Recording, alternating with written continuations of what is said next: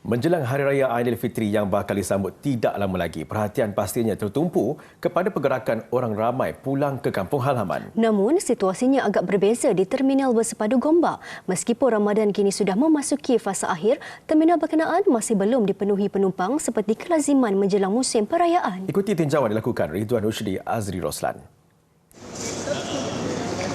Siang tadi, saya berpeluang meninjau sendiri keadaan di terminal berkenaan. Tinjauan mendapati meskipun suasana masih agak lengang, masih ada juga penumpang yang mengambil kesempatan untuk bercuti lebih awal dan pulang ke kampung terlebih dahulu bagi mengelakkan kesesakan pada saat akhir. Saya balik awal ni sebab kalau saya balik lambat, saya takut jam lah semua. Sebab saya dah pernah rasa balik 20 jam lebih macam tu. Atas bas ni, bolehlah sebab tidur semua. Uni bagi online, kelas online, so kita orang boleh balik awal lah, nak elakkan kesesakan juga. Tapi tak tahulah, takut sesak juga.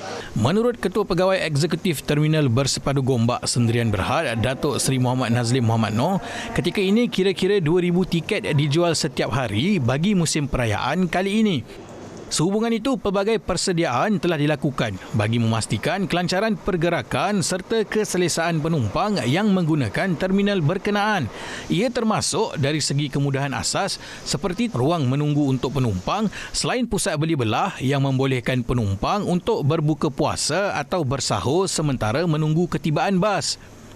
Bukan setakat itu sahaja, aspek keselamatan turut diberi keutamaan. Sini kita ada 450 circuit TV yang boleh live. Kita ada data center atas yang monitor semua gerakan. Polis pun ada, kita ada security guard, so shouldn't be problem lah dengan security ni.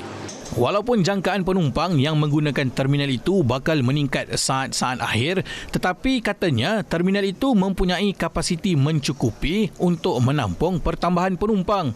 We have no problem because our design is to cater for 700 trip of buses to maximum of 1,000 trip per day.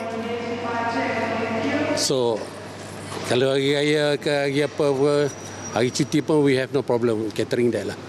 Because the capacity is that. Tambahnya, perkhidmatan bas tambahan juga sudah mula disediakan bagi menampung sekiranya terdapat lonjakan permintaan menjelang Aidilfitri. Ridwan Rushdi Azri Roslan, Buletin TV9.